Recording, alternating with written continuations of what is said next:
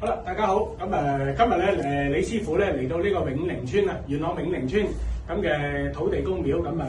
為呢個客人咧就做一個拜小人嘅儀式，咁簡單去介紹啦。咁師傅咧就會係喺呢個當天咧就會準備一啲祭品嘅，咁香燭啊咁樣香蕉啊、蘋果啊、雪梨啊，咁花生啊、呢啲糖啊、呢啲祭品咁樣嘅。咁跟住咧就去到土地公公、土地婆婆，咁呢一邊咧都係準備香燭啦，咁同埋一啲線香啊，咁樣擺定啲祭品啊咁樣。咁你亦都即係簡單介紹啦。咁呢個白虎我哋俾嚿肥豬肉佢食啦，等佢食咗之後咧，即係使到啲小人咧聽話，即係小人都變貴人啦。咁有啲豆腐芽菜啊，咁裏頭一啲咁嘅祭品，咁亦都係有啲拜呢個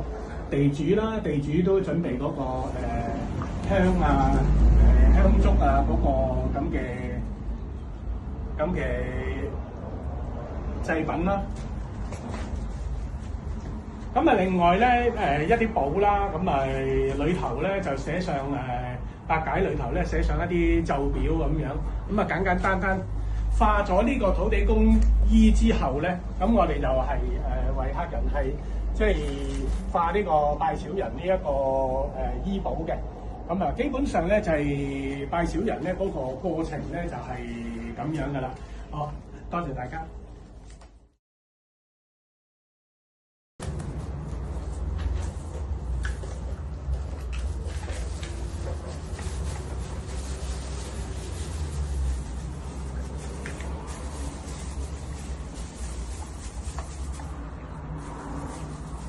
好啦，咁依家咧就將隻紙老虎咧，我將佢化咗佢噶啦，將啲小人啊呢啲，將佢一並化咗佢。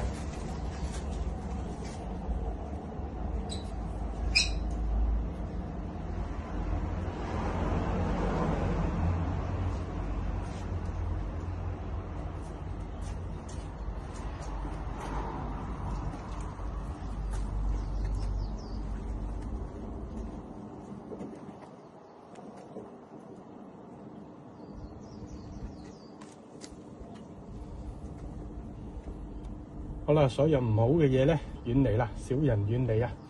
芝麻綠豆事情啊都遠離啊，事事順利啊，心想事成啊，萬事如意啊！